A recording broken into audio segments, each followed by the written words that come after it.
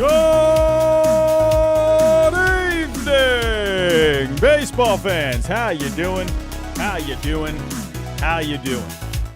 We got some playoff football on today, but that's not going to stop the offseason news for Major League Baseball. We had a busy weekend. We got a big show tonight.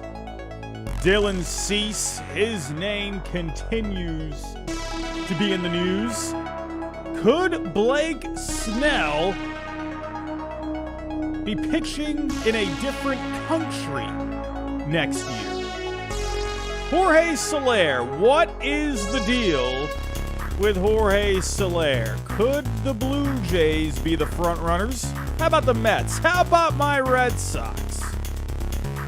Jordan Hicks is going to be a starting pitcher with the Giants. Hector Neris, he's starting to heat up out there. Kike Hernandez is even in the news. How you doing, everyone? Good evening. Good evening. Good evening. Just under 200 people in the chat. I'm thinking a lot of people are watching football right now. I mean, why is my doofus self going live when football is the main talk right now? I saw the Cowboys lost earlier. Listen, I'm not really any sort of an expert when it comes to football. You know, honestly, probably even baseball too. I don't even know what the heck I'm talking about with this stuff. But I don't know nothing about football. But the one thing, or at least until the Brady days were over with the Patriots, my goodness, can the Patriots please get a good QB for next year? Oh, Gerard Mayo, please help us get back to the promised land. My goodness. But one thing I do know is the Cowboys always lose in the playoffs. What the heck is going on with the Cowboys? Are they ever going to be able to win one? I don't get it. I really don't get it with the Cowboys at this point. Could Bill Belichick be the next coach for the Dallas Cowboys? I think that's exactly what they need. I'm just saying. Is that a hot take? I don't know. Is that even possible? I don't know what's going on. Anyway, I'm talking football here, but that was really all the talk this past weekend. I'm starting to get this idea. Listen, sorry, Chiefs fans in the chat. I'm going to say something here, man. Listen, I think you guys are starting to get off your rocker a little bit. I saw a tweet out there today, some video that was going viral of Patrick Mahomes saying like, oh, Brady could never top this aura. That's a word now, aura. And it's like, get out of here. Forget you. Patrick Mahomes, you will never get anywhere near the aura of Tom Brady. Get out of here, my friend. Anyway, this is a baseball channel. What's going on here? I don't even know what's going on. Welcome to tonight's show. We got a lot to talk about tonight. I do say that all the time, but we really do have a lot to talk about tonight. Dylan Cease, Jorge Soler, Blake Snell, the main talking points for tonight. We got Kike Hernandez out there. We got Hector Neris out there. The Padres are out there. The Cardinals are out there. We got a lot to talk about tonight. Before I do get started, everyone, if you can, the like goal for tonight is 200. If you can help us get to that like goal, I will love you forever. I always will love you forever, but I'll love you a little bit more if you can help us get to that like goal.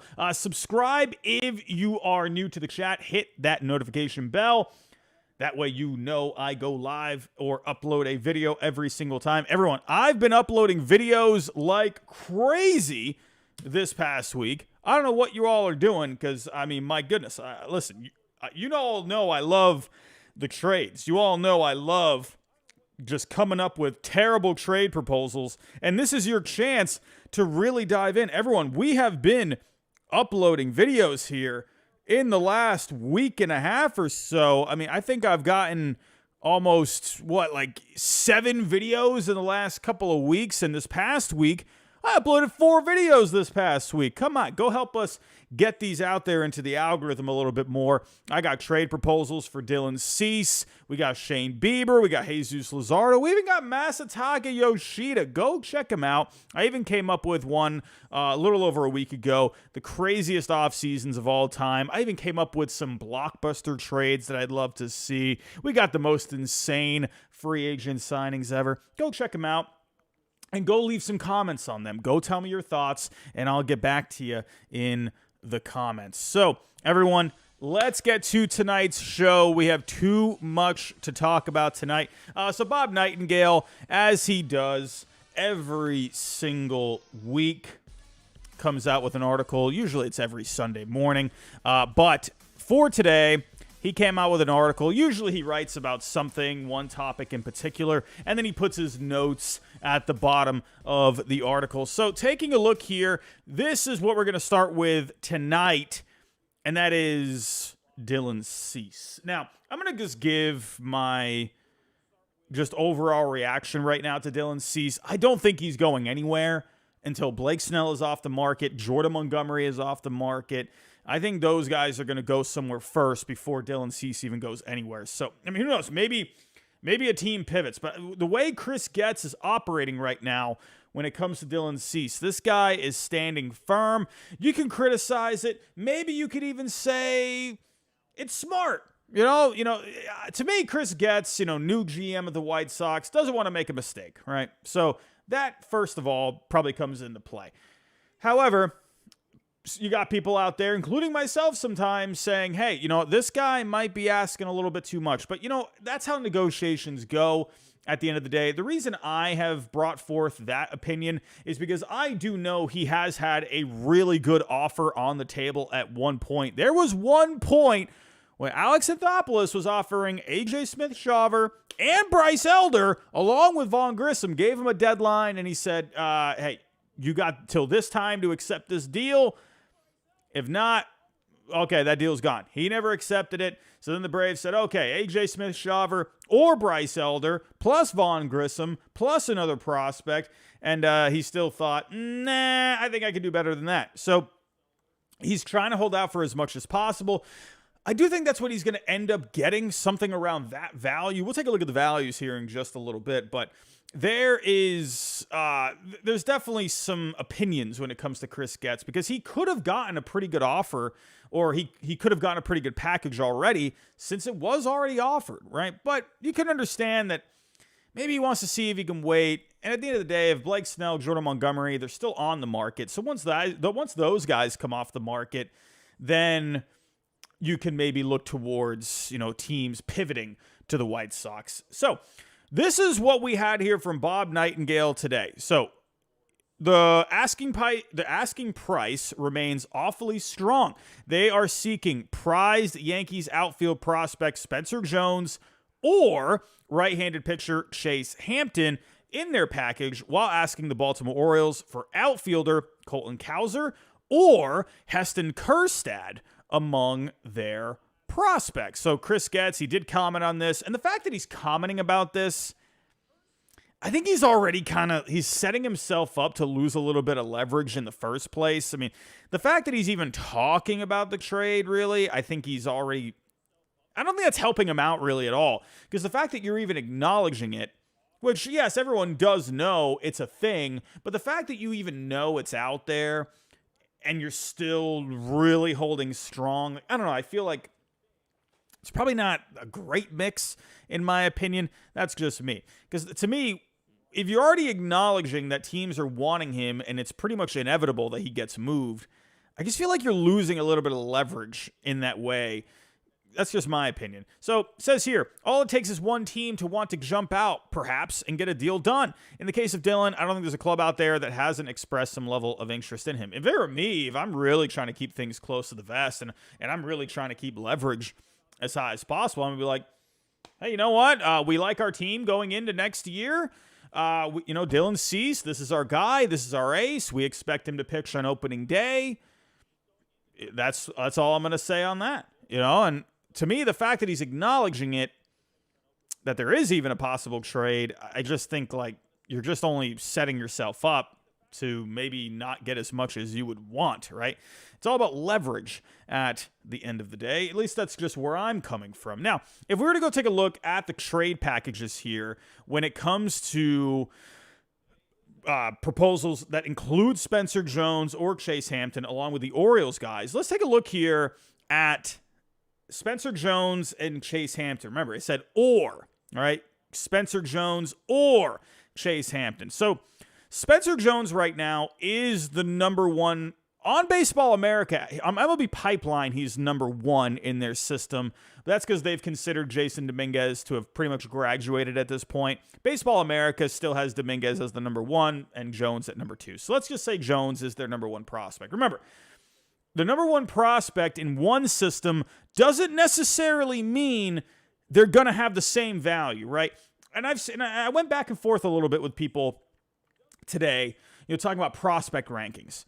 Listen, rankings when it comes to Pipeline and Baseball America, when they're coming up with their rankings for that, they're looking at obviously the grades, right? The hit grade, the fielding grade, right? Power grade, the scouting grades, right? As well as the stats, how they've been performing. There's a lot more that goes into actually valuing prospects, right?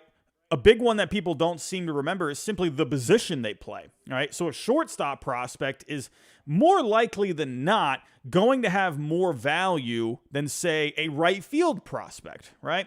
So because shortstop, that's a position that teams try to build around, usually, right? That's because the shortstop is usually, not all the time, but it's that usual best player on your team, right? Like the Texas Rangers and Corey Seager, for example, right? Corey Seager, best guy on the team, right? So shortstop is a position that you tend to build around, right? Because there's a lot of, the shortstop does a lot out there simply in the field, right? So anyway, I digress. So simply the position can come into the value, not the ranking, the value of a prospect, right? Obviously, recent performance, that's a big one. So if they've been having a down month, well, their value is probably going to come down a little bit. Good month? Oh, okay, yeah, their value is going to go up a little bit, right? Injuries come into play. Like, perfect example, Jason Dominguez on Baseball America. Still the number 1 prospect on their rankings, but his value has come down a little bit because now he just suffered an injury, right? So rankings and values don't really go hand in hand. They do a little bit, but not fully. So keep that in mind. Now, Spencer Jones, sure, he's the number 1 prospect in the Yankees system. But as you can see here, you're looking right around the same value. When it comes to Dylan Cease, 2 years of control, still some of the best stuff in the game. Sure, the numbers have been declining a smidge the last couple of years, but overall, still good numbers for Dylan Cease. He can be a number 1 in a lot of rotations out there. So still very strong value, 2 years of control there. Spencer Jones, very strong value as well. However, in my opinion, if you do build around a package with Spencer Jones, I think that's very possible. Now, the Yankees, it just depends on what prospects. And again, another thing to point out with prospects, and one more thing to mention.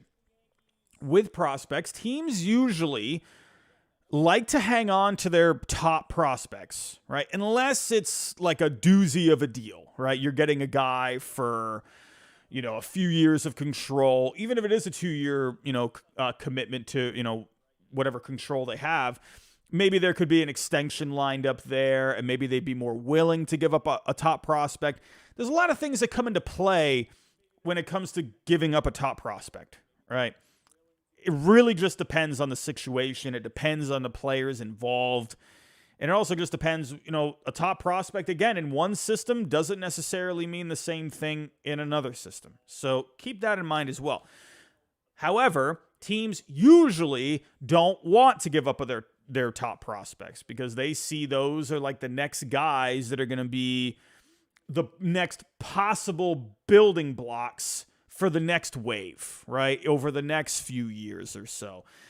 So usually teams like to hang on to those guys. And then you're looking at, maybe after the top 1, 2, 3, depending on the system. After that, pretty much a lot of prospects can come into play at that point. Organizations usually have a select few, maybe like 3, 5 prospects, usually 3 or 4, right?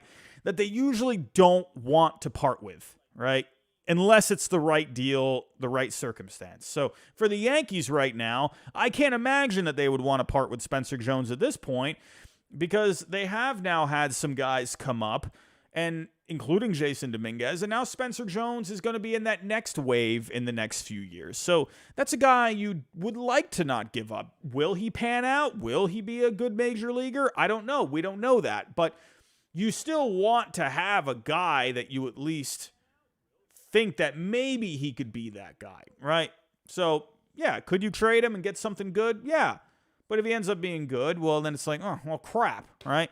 So you usually want to hang on to some top guys. So now, and that could also mean maybe your top pitching prospect as well, like Chase Hampton. He's not the number one, but he's still their top pitching prospect. So it really depends what it comes down to, what prospects are involved and, what other pieces are going to put in there. I would think for the White Sox, they would like to have a good prospect leading the way, maybe a couple other ones that can, maybe like a higher ceiling prospect, maybe a higher floor prospect could be involved, maybe a major league ready piece in there that could maybe, be a decent piece on your major league squad. Now, I think for the White Sox, they would like a bit of everything, because I think for the White Sox, they would like to get back to being competitive real soon, right? They still have some pieces on that team. So for me, I just feel like Spencer Jones is probably going to be a non-starter. Probably Chase Hampton as well. That's where I don't really see the Yankees being really a great fit. Of course, the Yankees would love to have Dylan Cease. Who wouldn't? But as a trade partner, I don't know if they really line up. And now as for the Baltimore Orioles, right? Now, of course, the Orioles make a whole ton of sense because they have a ton of prospects, but according to Bob Nightingale, the top two guys that they were asking for were either Colton Cowser or Heston Kjerstad. And funny enough, you notice how the values of Jones and Hampton are very similar to Cowser and Kjerstad. So if we were to actually pull up some top prospects here, kind of, and looking at their rankings, right? And you're going to see the values are a little different. So if we were to look here, going to the Yankees. So Spencer Jones is number one. No, actually, well, they have, never mind. I'm sorry. They have Dominguez as the number two. I didn't catch that. Baseball America has Dominguez as the number one. And then Chase Hampton is the number four, right? Whereas for the Orioles, you have Cowser as the two and Kjerstad as the three. So just because of the ranking doesn't always match up with value. So it's interesting because you could go a couple of different ways here. Let's say you could do something like this. Again, usually you don't want to be giving up your top prospects, right? Holiday is obviously not going anywhere. And you got to remember the Orioles. They got some outfielders that are coming up on free agency soon. Anthony Santander, Austin Hayes, Cedric Mullins eventually. So I would imagine that they would like to hang on to these two guys because these are going to be in their next wave of prospects. So could that maybe mean someone like Joey Ortiz is up for grabs? Maybe Connor Norby? Could you do maybe Kobe Mayo? But I would imagine for the Baltimore Orioles, I think that's a guy they don't want to give up, right? He's number 4. I mean, let's just be Jackson Holiday is going to be on the team. So let's just say Cowser's your number 1, Kjerstad's 3, and then Kobe Mayo is your 4. But right now you got Ryan O'Hearn as your first baseman. So Kobe Mayo is a guy that's probably going to be with the Orioles, right, at some point. So that could leave guys like Basallo, Ortiz, Norby, Beavers, maybe a pitching prospect like McDermott or Povich. But again, do the White Sox feel like that's enough? Joey Ortiz, a shortstop prospect, he can move around a little bit too. But the White Sox got Montgomery. So is Joey Ortiz really a guy that they see? Connor Norby. You could put Ortiz at second, but Ortiz is a very capable shortstop. So I don't see why you would move him off of there. And then Connor Norby, Norby could be a piece, right, that you throw in. So, but again, when you're let's put this package together here. So if we did, let's just do whatever. Let's do Ortiz, and you can move him to second. Then what do you kind of do after that point, right? Beavers. I mean, could you do Fabian? You know what I mean? Like you're kind of, maybe you could send back DL Hall, but what's the deal with DL Hall? Is he more of a reliever? Is he more of a starter? So maybe the White Sox aren't really intrigued with that because you don't really know what you have with DL Hall at this point. So if you did this kind of a package here, maybe this could get it done. But I think for the Orioles right now, they're trying very hard to get a top prospect. And with teams wanting to hang on to prospects, I will say this. If Dylan Cease had a third year of control, I think you're maybe looking at it differently. I think you could see someone like a Spencer Jones get put in there, or maybe like Heston Kjerstad, something like that. I don't see the Orioles giving up Kowser. That's just me.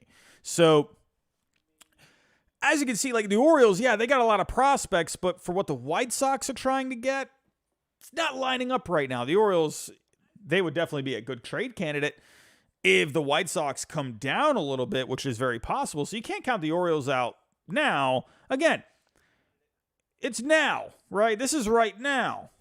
Come back in a few weeks. Things have changed. Things are always happening in the offseason. It's fluid.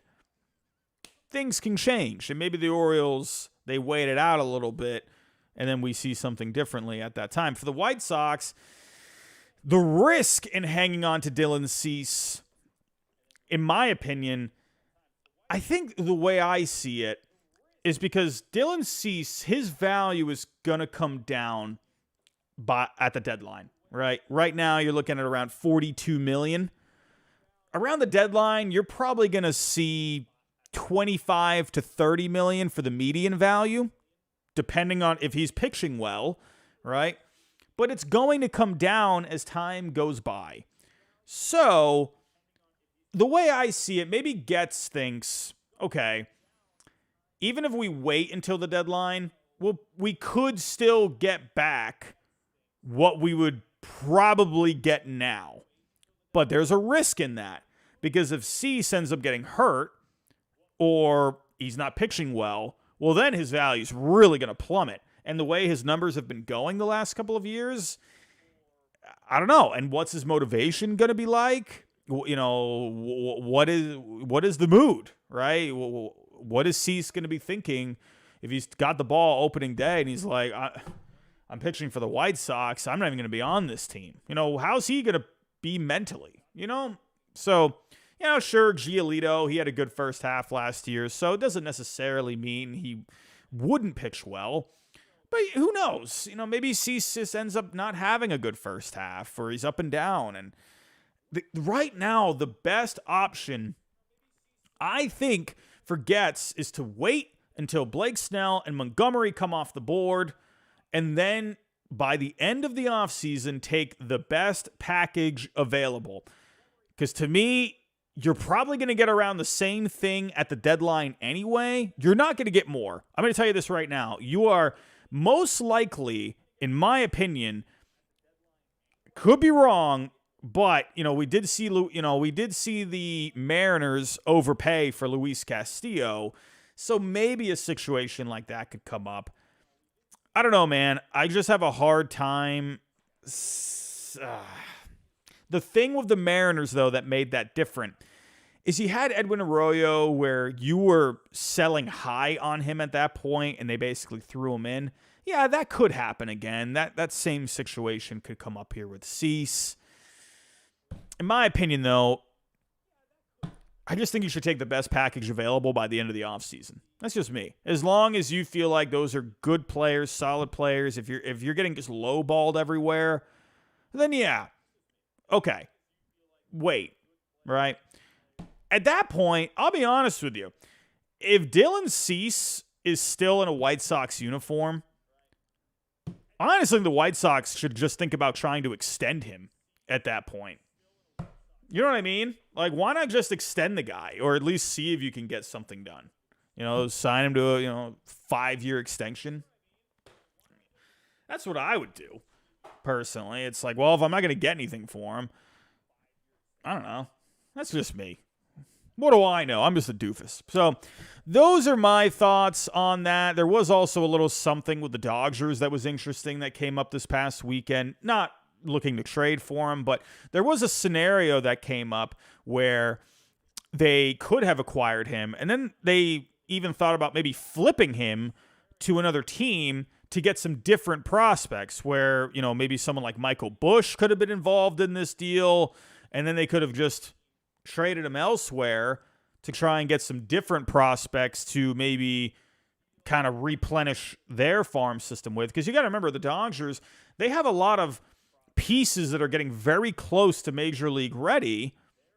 So if you end up flipping Dylan Cease, maybe you could get some pieces that could be further away, right? So that could go into your next wave. So I actually feel like that could have been pretty smart for the Dodgers to do something like that. LP Cobra, I see you in the chat, man. Cease to the Phillies. Listen, am I the only one that's thinking Phillies? You can never trust Dave Dombrowski. You just can't trust him to stay quiet. I think Dylan Cease on the Phillies would be awesome. Is that just me? Come on, Dave. You've always been bold. Go do it. Let's get to the next story here. We got a little Blake Snell. Speaking of Blake Snell, let's talk a little Blake Snell. Are we going to see Blake Snell go pitch for the Toronto Blue Jays? I mean, come on. The Blue Jays, that's very interesting, and it's also going to tie into the next story as well. But let's focus on this one right now. So the Blue Jays, according to Mr. Bob, they are monitoring Blake Snell's market. Very interesting. I kind of came up with a lot of scenarios for this one. I'm thinking, like, are they actually interested in Blake Snell? Or the Yankees were interested at one point. The Red Sox were interested at one point. Could they maybe be waiting to try and drive up the price a little bit? That's what teams like to do in division. They like to drive up the price. So maybe the Blue Jays are just doing that. Or maybe the Blue Jays, like I said, maybe they're actually thinking, hey, Blake Snell in this rotation could be pretty good. And if you look at the Blue Jays rotation as of right now, it already looks pretty solid. You got Gausman, Barrios, Bassett, Kikuchi, and Manoah. So you're probably thinking, well, where does Blake Snell really fit into this picture? I'll tell you right now, right off the bat, Kevin Gausman, Blake Snell, what a 1-2 punch that would be. What a 1-2 punch. The only way, honestly, I see this happening is you have Blake Snell. And what the Blue Jays could end up doing is they could flip one of these starters to try and land themselves a bat. Now, what bat? I don't know. We'll get to another bat here in just a little bit, but maybe that's what they're thinking. In my own personal opinion, I think the Blue Jays are looking to just drive up the price. I don't see, and if they end up having Blake Snell fall into their lap, well, okay, well, you got Blake Snell, right? And then you could go move one of these pictures to go get a bat, right?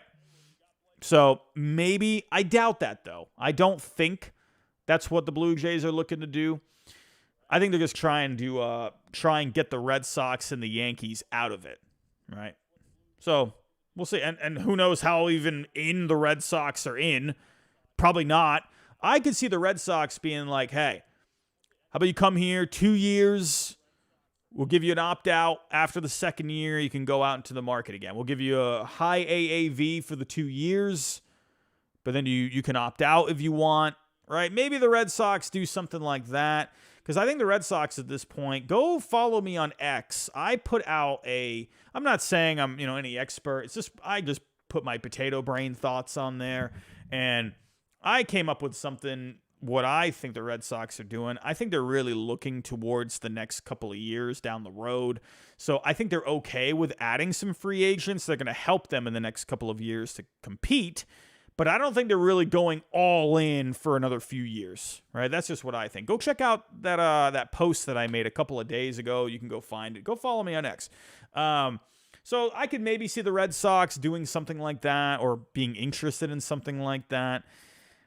I don't think the Red Sox are not willing to spend the money. I just don't think they're willing to commit the years. That's what I think it is, right? Because they were in on Shota Imanaga, and they even offered a higher AAV. But they didn't want to, commit to the years as much, right? Where the Cubs they gave him more a bit more of a guaranteed deal, right? So the Red Sox, they were willing to do 2. That's what I think the Red Sox could be doing for Snell. 2-year opt out. You can stay here for the 3rd year, right? I could see that. But the Blue Jays, I don't see much going on there. But there's also another part of this. And I've talked about this before. Bob Nightingale said that their camp is looking for at least 240. Everyone, remember, you have to listen. I know that's a high number right there. You're not going to get that number. That's just how it is, right? Anytime you're negotiating, you start high. That's what Boris always does, right? He always starts high, and then you come down, and then you meet in the middle. Right, that's just what he does, right? But he's done that so many times, and he ends up getting a lot of money. So don't expect Blake Snell to get 240. For a 5-year deal, Baseball Trade Values is projecting 140 over 5 years. So maybe you could see, I don't know, 5-year like 160, 170 if it were to go higher than this. I don't know, man. I have a hard time seeing him getting that kind of a deal. 240? What do you even 240 over what? 8 years? Even if I did an 8-year deal, you're still only looking at 190 on the projection. Fangraphs, they're projecting, they've always been pretty good. They're projecting 125, $25 million a year. I think you could definitely get 27, 28, but 240? You're not getting that. So that's what Boris is doing. He's trying to land somewhere in that 160, 180 range. That's what I think he's trying to do. Because there's no way he's getting 240. You're out of your freaking mind if he ends up getting 240. Anyway, but Blake Snell, it's interesting because I just feel like with the market for him, I don't think the Yankees are doing it now. They got Stroman now. You got Rodon last year. I don't see the Yankees doing any more. You always see that, like, oh, the Yankees just signed this guy, but they're still looking to add. When do teams, like, really ever add another? When it's like, no, the Yankees rotation, I think it's done now. The Blue Jays, I don't see it. Listen, I was listening to Jared Carrabis the other day. I was listening to him on the Baseball is Dead podcast, and he is saying that he still thinks the Mariners are in it. And Jared has been pretty good when it comes to just kind of knowing what's going on out there. I think the Mariners are really interesting. It's this very similar situation to the Blue Jays. Remember, the Mariners, they cleared some payroll. Remember that. They cleared payroll. Yes, they did add, they brought back Haniger, but they got rid of Ray. So it's kind of basically a swap. They actually saved money on that deal. They also brought back DeSclafani. Well, no, okay, I take that back. They didn't save money on the deal. They saved money with the Haniger for Ray swap, right? So, but then they also added DeSclafani. So I take back what I just said right there. But they still cleared out a ton more payroll, and they're still like, holy cow, they're only at 130. Or they're at like 150 right now, 150 range. So if you added Snell, let's say 28 a year, like 30 a year maybe, you're still in that 180 range. So it's interesting. If he goes to the Mariners, which, hey, you know what? Like, with a rotation of Castillo, Snell, Gilbert, Kirby, I mean, you got a lot of pitching there, and I would imagine the Mariners at that point are going to add at that point. So, or add a bat at that point with their surplus of pitching. So, keep an eye out for the Mariners because I feel like they still could do something with this offense. You got Haniger there. You got Garver. I did like that. But I feel like you could still upgrade. Ty France was coming off a down year. What do they think about him? Urias is your opening day third baseman. Is that what they're going to stick with? Rojas is at second base. You could still make upgrades here. So, hey, maybe the Mariners are looking to add a bat. We'll see. Everyone, if you can, if you can, hit that like button for me. The goal for tonight was 200 on the likes, and I believe we're getting close. We're at 187. We need 13 more for 200. So if you can help us get there, I'll love you forever. Let's talk about tonight's sponsor, and that is BetUS. Everyone, this is your number one stop for all your sports betting needs. The link is down below in the description. When you click that link, you get a 125% bonus. There's a whole bunch of different ways to do this. You got the sports book. You got live betting as well. The casino, race books, right? They always got promotions going on, obviously, for all the different kinds of sports. Football, obviously, is the big thing going on right now. Playoff football all over the place. So you got the Bills on tomorrow. Hey, they looked like they were going to have a snow game at one point. That's not happening.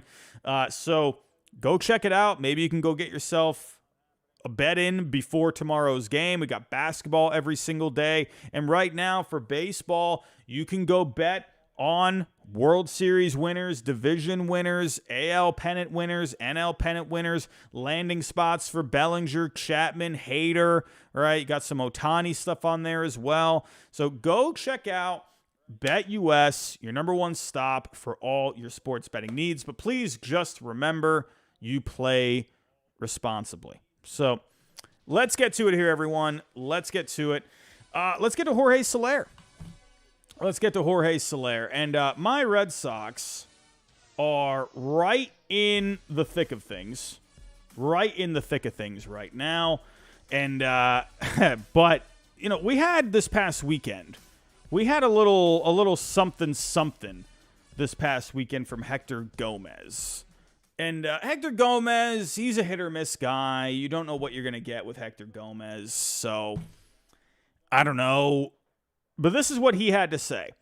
The Blue Jays appear willing to offer Jorge Soler a multi-year deal as he is seeking.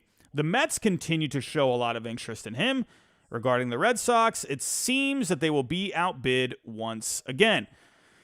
So let's talk about the Blue Jays, right? We just talked about them with Blake Snell. What do the Blue Jays need? They need a bat. Let's just be honest about that. They need a DH. They need a guy that's going to have over a 500 slugging, that's going to hit some home runs. They didn't have one guy last year who hit 30 home runs. They need a bat in there to protect Vlad. They got to do something there. Now, I've seen a lot of Blue Jays fans out there saying they need a left-handed bat, not a right-handed bat. They only got 3 lefties at this point, so yeah, you could argue that they do need a lefty bat somewhere in there. Could you do Jock Peterson? You know, sure.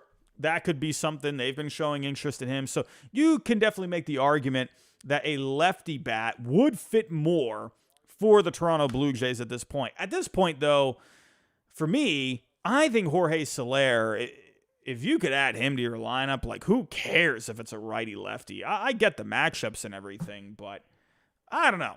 That's just my opinion. Jorge Soler in your lineup is going to make your lineup better. He's going to, you know, if he plays out in the field, he's not going to really do anything out there for you. But DH, yeah, I would want that guy. However, I wonder if the Blue Jays, again, you know, I don't see this as like a driving up the price kind of a thing, but I could also see that being a benefit at the same time. Because obviously if the Red Sox are trying to get him, again, that's what teams do. They're always trying to drive up price. So I think the Blue Jays, for them, you're killing 2 birds with one stone. You're driving up the price to get the Red Sox out of it, and then they're also just trying to probably just land him as well. So, but the Blue Jays, it's, again, the left-handed bat. Would that be a better fit? Someone like Jock Peterson would be cheaper. So you could make the argument there that Peterson could be a better option for you. And with the Blue Jays, could maybe someone like Jock Peterson be good for the clubhouse?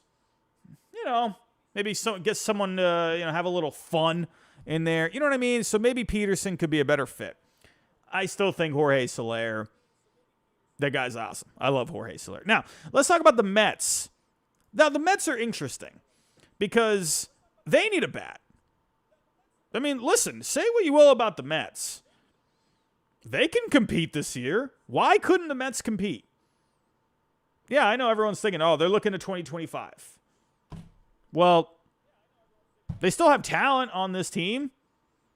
They still got a lot of things going for them. You still got one of the best shortstops in the game in Francisco Lindor. Yeah, Pete Alonso, one more year. Would it make sense to trade him? But hey, if you're trying to compete, there's the thing with Pete Alonso that I want people to remember. He's not going to get you back as much as you would think.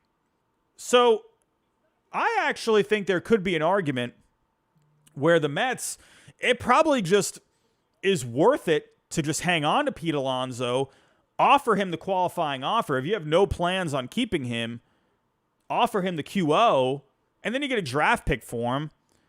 Because with Pete Alonso, there's not a whole lot of value with him. And yeah, people are probably like, what? What did he just say? Well, he hit 46 home runs last year. Here's the thing. Pete Alonso, yeah, he's a good bat, right? But he's only got 1 year of control. He is a first baseman, so that's automatically going to decrease his value because it's the position, right? It's not a high-value position. He could DH as well, right? Pete Alonso, yes, he's going to bring you a 500-plus slugging and 40-plus home runs, but that's pretty much it, and a year of control. So, yeah, would he bring you back more in terms of value when it comes to prospects than compared to a draft pick compensation? Yeah, you would get more in prospects, right? But not much more, right? A qualifying offer, if it's offered and he turns it down, the compensation pick that you would get in return is probably worth around $3 to $4 million in value. Whereas Pete Alonso right now is probably worth around $10 million in value, according to baseball trade values. So is it worth it to just hang on to him, try and compete this year, maybe get an extension worked out? You know, I see more value in keeping Pete Alonso. Personally, I'd love to see a trade because I love trades, but I don't see the Mets doing it. That's just me, right? You're better off hanging on to him and just trying to go for a wild card. So if you added Jorge Soler, I mean, listen, here's the thing with Soler that could make sense, right? I know you got some other bats coming up in your system, like Gilbert eventually could be ready to go, Acuna eventually, right? You got some other guys there. Jorge Soler, 3-year deal, if they were to offer him a 3-year deal, that could make sense because the Mets, if you do lose Alonso, which it seems like they wouldn't think it's the end of the world if Alonso ends up going elsewhere, you would have Soler for the next couple of years. And then you can just have, Vientos can play first or whatever, right? So there's a lot of value in the Mets getting Jorge Soler. It just depends on how far are the Mets willing to go for Soler, just because of the timeline. I think Soler would make a lot of sense for the Mets this year.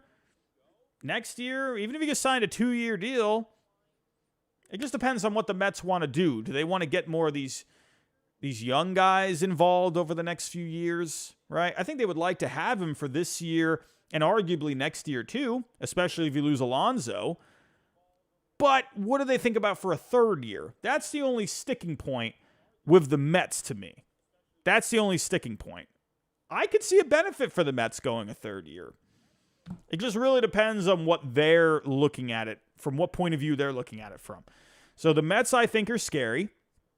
The Blue Jays are interesting because they could use the DH too, and they're in a better position right now to simply compete, right? They made the playoffs last year, and the Mets did not, and they still have a very competitive team that should still get a wild card spot. But here's another thing that I want people to remember. Will Jorge Soler want to go to a different country at the end of the day? Will he want to go to Canada, right? Is that something that he wants to do? I think that's a thing. I know you got Springer a couple of years ago. That happened, right?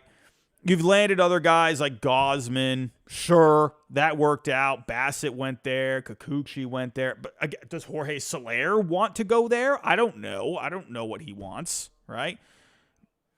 I don't know. Who knows? But I think that is something that comes into play. Do you want to go to Canada?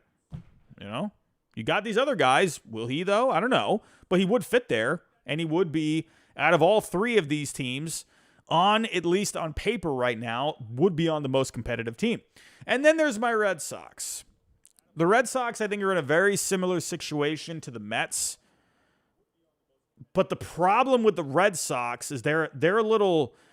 There's a bit of a logjam going on right now because you have Yoshida as the DH.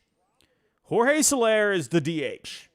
If you got Yoshida, Soler on the same team, Soler is the DH. Yoshida's going out to left. So that means Duran or O'Neill are going to go out to right. I guess it would be O'Neill. Probably Duran is going to stay in center. I don't know. Maybe you put Duran out in right. He's got the wheels. It's a tough right field out there. Maybe Duran would be better off in right field at Fenway Park. But does he have the arm for Fenway Park? I don't know.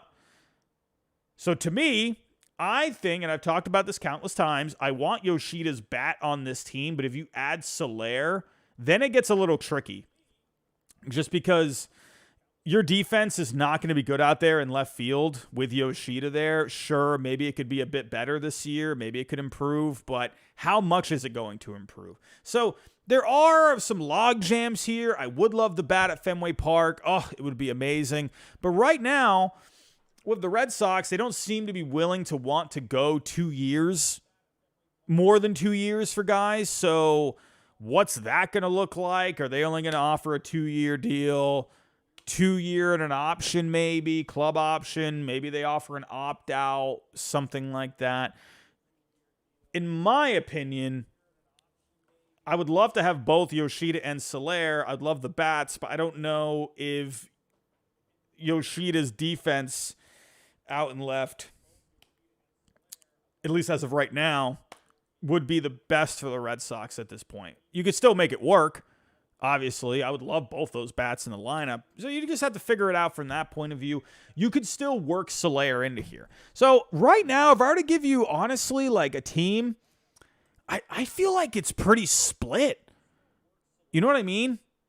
Like, I feel like they all have a pretty good argument to land him. I think it's really just going to come down to where does he simply... It always comes down to where they want to go. But I really think it's here because, I think all three offer similar benefits, but then they also have drawbacks too in their own ways.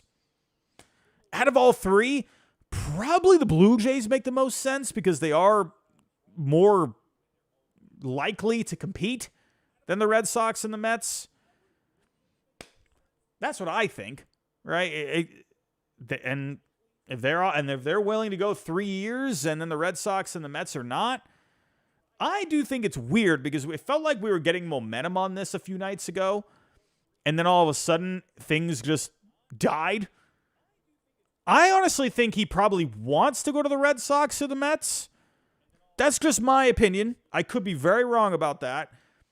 I feel like he maybe wants to go to one of these two teams, and he's just waiting to see if one of them will pony up. And I think at the end of the day, and if they don't pony up, then he'll just go to the Blue Jays. I don't know. That's just me, right? Anyway, Jorge Soler, keep an eye out for that. Obviously, he's really good, and I would love him at Fenway Park. That would be amazing. We got almost 300 people in this chat. Everyone, if you can help us out, share the show if you can. Hit that like button for us. We're going to start wrapping things up here. Just a couple more stories. Here. We had an interesting one out of San Francisco. Jordan Hicks going to the Giants, not as a reliever. It was really funny because when I saw this pop up, I thought, wow, hey. Wow, what a great bullpen. I even tweeted out like, dang, Camille Duvall, Jordan Hicks at the back end of this bullpen? That's nasty. Wow, what a great bullpen that's going to be. And I completely missed the fact. I didn't read like the next line saying that they're going to have him try to be a starter. And I'm like, whoa, okay. I'm going to delete that tweet and I'm going to think about this whole thing from a different point of view. I think this is really interesting for the San Francisco Giants because if Jordan Hicks is going to be a starter, There was an article earlier in the offseason. If they added a starting pitcher, they could be willing to deal a young starting pitcher like Kyle Harrison, Keaton Winn, Tristan Beck. Probably not Kyle Harrison. That's a high prospect. That was a high prospect for them. So either Keaton Winn or Tristan Beck. One of those guys I think would be more likely. Because don't forget, you got Robbie Ray too. So all of a sudden, you got a rotation here once Robbie Ray comes back of Logan Webb, Robbie Ray, Jordan Hicks, Kyle Harrison, and Ross Stripling as your swingman or, just your 5. So what happens with Keaton or whatever? Maybe Ross Stripling goes to the bullpen, which honestly I think that probably might, long relief is probably the best spot for Ross Stripling. So if you had a rotation of Webb, Ray, Hicks, Harrison, and Winn, I mean, what a rotation. I mean, Keaton Winn, I'm telling you, everyone, keep your eyes out for Keaton Winn, man. This guy's good. I like me some Keaton Winn. Really good.